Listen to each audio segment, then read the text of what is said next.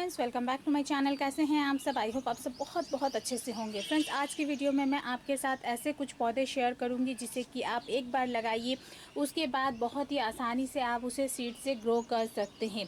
जैसे काफ़ी बार ये प्रॉब्लम आती है कि सीड से ग्रो नहीं होता है। काफ़ी कमेंट में मेरे पास इस तरह से रिक्वायरीज आती है कि सीड से हम ग्रो करते हैं बट ग्रो नहीं होता है। आज मैं कुछ ऐसे ही पौधे आपके साथ शेयर करने के लिए लेके आई हूँ जिसे सीड से ग्रो करना भी बहुत ज़्यादा आसान है।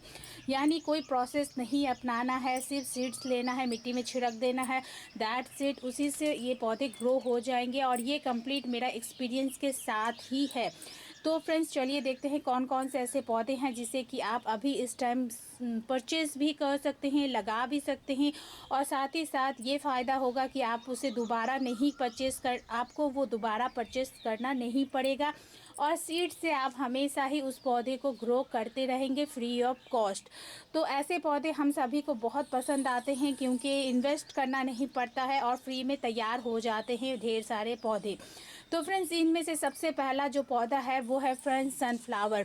सनफ्लावर का ये जो पौधा है ये मैंने सीड से ही ग्रो किया था, इसे मैंने परचेज़ नहीं किया था। एक वीडियो में भी मैंने आपके साथ शेयर किया था कि मैं एक पार्क में घूमने गई थी और वहाँ मुझे पौधे में इस तरह से जो सूखे हुए फूल दिखे थे, मैं उसे लेके आई और इस तरह से इसे मैंने तोड़ा और तोड़ के बस मैंने इसे इस तरह से सारे खोल लिए। इसमें कुछ ही सीड्स होते हैं, सारे सीड्स नहीं होते हैं। आप देखेंगे जो ब्लैक कलर के हैं वही इसके सीड्स होते हैं और बस रैंडमली मैंने इसे मिट्टी में ऐसे ही डाल दिया।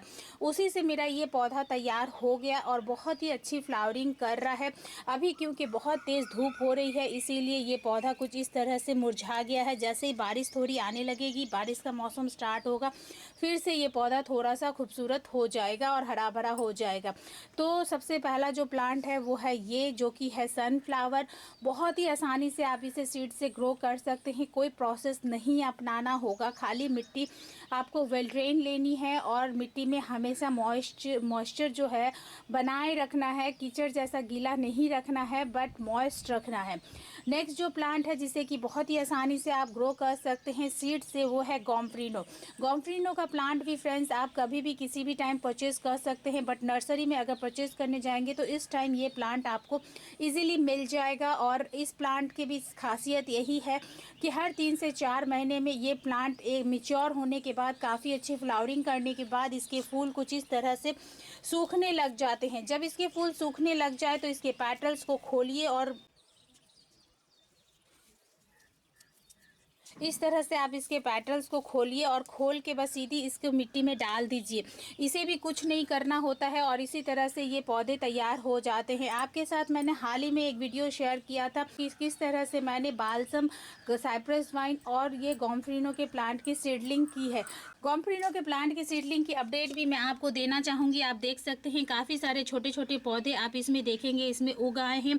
बहुत ही जल्दी इसकी जर्मिनेशन हो जाती है। फ्रेंड्स, अगला जो पौधा है वो है सदाबहार का पौधा। सदाबहार भी एक ऐसा ही पौधा है जिसे कि सीडलिंग करनी बहुत ही आसान है। इसमें बहुत सारे यानी ढेर सारे सीड्स बनते हैं। आप देखेंगे इस तरह से इसकी फलियां बनती है जो कि ड्राई होने के बाद उसमें ढेर सारे सीड्स होते हैं और इतना इजी टू ग्रो है कि इस प्लांट को तो आपको लगाना भी नहीं पड़ता है। जहाँ इसके सीड्स गिरते हैं वहीं इसकी पौधे निकल आते हैं। तो इस तरह से इसके भी सीड्स लेके आप कहीं पे भी रैंडमली छिड़क देंगे तो आपका पौधा बन के तैयार हो जाएगा। आप देख सकते हैं यहाँ पे जस्ट ऐसे ही मैंने सीड्स डाल दिए थे और कितने ही सारे इसमें सदाबहार के पौधे बन के तैयार हो गए। तो फ्रेंड्स, सदाबहार का पौधा भी लगाना बहुत ज़्यादा आसान है। इसे भी सीड से रैंडमली बस आपको मिट्टी में छिड़क देना है और कुछ भी नहीं करना होता है और ये पौधा लग जाता है। इसी तरह से फ्रेंड्स, मैंने ये पौधा भी लगाया था जो कि है जीनिया का ड्वार्फ वैरायटी का पौधा। इस पौधे को भी मैंने इसी तरह ही लगाया था। जैसे इसके फूल सूख गए, ये मैंने विंटर में ये पौधा परचेज़ किया था और इसके जब फूल सूख जाते हैं तो सूखने के बाद मैं उसके पेटल्स को तोड़ती हूँ, हटाती हूँ और उसे मैं लगा लेती हूँ। ऐसे ही जस्ट मिट्टी में मैं डाल देती हूँ, उसी से ये प्लांट ग्रो हो जाता है। इसमें आप देख सकते हैं यहाँ पे एक पौधा आपको नज़र आएगा और साथ ही साथ यहाँ पे भी आप एक पौधा देख सकते हैं। तो ये पौधे फ्रेंड्स बहुत ही आसानी से हम ग्रो कर सकते हैं। जैसे कि ये सूखे हुए फूल आपको नज़र आ रहे हैं, ये सूखे हुए फूल हमें लेना है और उसके बाद फ्रेंड्स इसे हमें ऐसे ही खोल लेना है और खोल के जस्ट मैं इसे मिट्टी में बस डाल देती हूँ और उसी से ही मेरा ये पौधा बन के तैयार हो गया। इसी तरह से मैंने ये एक पौधे से एक पौधा आप यहाँ पे देख सकते हैं, दूसरा आप यहाँ पे देख सकते हैं और यहाँ पे भी मैंने कुछ सीड्स डाले थे। आप देखेंगे कि कुछ फूल के पौधे यहाँ पे भी जिनिया के बन के तैयार हो गए।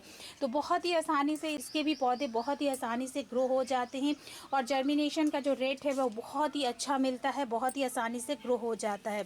अगला जो पौधा है फ्रेंड्स वो है ये क्यूवन बटरकप।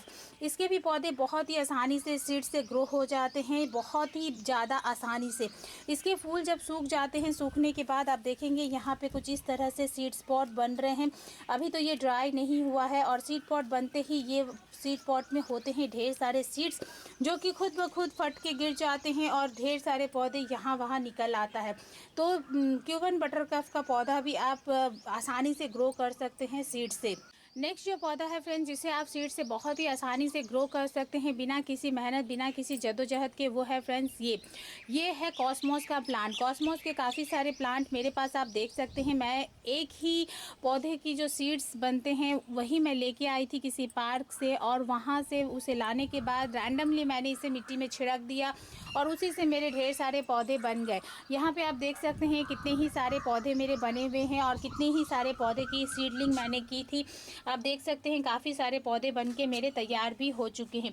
इसके सीड्स जहाँ गिरते हैं वहीं नया पौधा बन के तैयार हो जाता है, लगाने की भी ज़रूरत नहीं पड़ती है। बट अगर आप लगाना चाहें तो किसी भी तरह की मिट्टी लीजिए, बस मिट्टी वेल ड्रेन होनी चाहिए और रैंडमली उसमें बस इसके सीड्स को डाल दीजिए और इसके जो पौधे हैं वो ढेर सारे आसानी से निकल आते हैं और कोई मेहनत नहीं करनी पड़ती है। तो कॉस्मोस का प्लांट भी एक ऐसा ही प्लांट है जिसकी सीडलिंग आप बहुत ही आसानी से कर सकते हैं। इसी तरह से फ्रेंड्स एक पौधा ये है जो कि है मधुकामनी का पौधा। कामनी का पौधा भी फ्रेंड्स बहुत ही आसानी से आप सीड से ग्रो कर सकते हैं।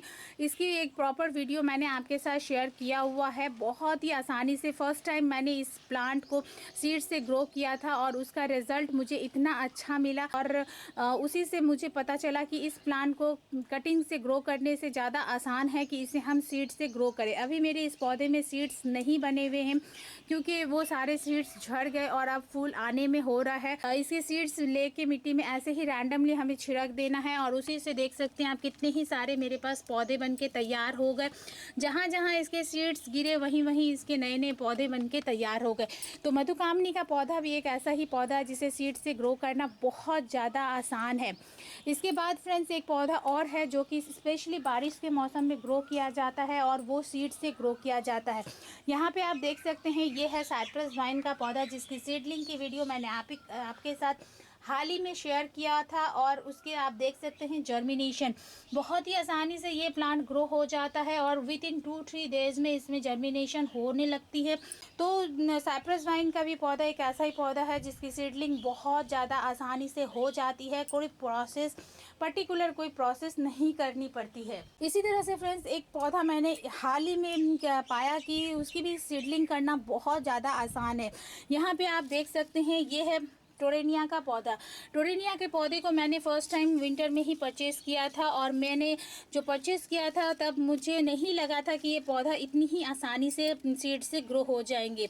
इसके जो ये सूखे हुए इसके फूल आप देख सकते हैं काफ़ी खूबसूरत दिखते हैं और जब फूल सूख जाते हैं तो कुछ इस तरह के हो जाते हैं और सूखे हुए फूल को मैं अक्सर ही इस तरह से तोड़ती हूँ और तोड़ के मैं बस इसी मिट्टी में डाल देती हूँ। आप देख सकते हैं कितने ही सारे इसमें इसके पौधे निकल आए हैं और जैसे जैसे ये बड़े होने लगेंगे और बारिश का मौसम स्टार्ट होते ही मैं इन्हें सेपरेट कर लूँगी। तो आसानी से फ्रेंड्स टोरेनिया के पौधे को भी सीड से ग्रो कर सकते हैं। मैं कहूँगी कि आसानी से क्या इसके पौधे तो यूं ही ग्रो हो जाते हैं। तो टोरेनिया के पौधे को भी आप बड़े ही आसानी से सीड से ग्रो कर सकते हैं। तो फ्रेंड्स इस तरह से काफ़ी सारे पौधे हैं जिन्हें कि हम बहुत ही आसानी से बहुत ही सिंपल तरीके से सीड से ग्रो कर सकते हैं और इन पौधों को परचेज़ करने के बाद दोबारा आपको इन पौधों को परचेज़ नहीं करना पड़ेगा। आसानी से आप इसे सीड से ग्रो कर सकते हैं और बार बार परचेज़ न करने की वजह से काफ़ी सारे पैसे आप बचा भी सकते हैं। तो फ्रेंड्स ये था आज का वीडियो। आई होप आपको पसंद आया हो। पसंद आए तो प्लीज़ फ्रेंड एक लाइक ज़रूर करिए, और अगर आप मेरे चैनल पे नए हैं और अभी तक मेरे चैनल को सब्सक्राइब नहीं किए हैं तो फ्रेंड्स प्लीज़ इसे सब्सक्राइब भी करें, साथ में बेल बटन भी दबाएं, जिससे कि आगे मैं जो भी वीडियो डालूँ उसका नोटिफिकेशन आपके पास सबसे पहले पहुंचे। तो फ्रेंड्स मिलते हैं अब अगले किसी वीडियो में नई किसी इंटरेस्टिंग सी जानकारी के साथ। Okay then bye.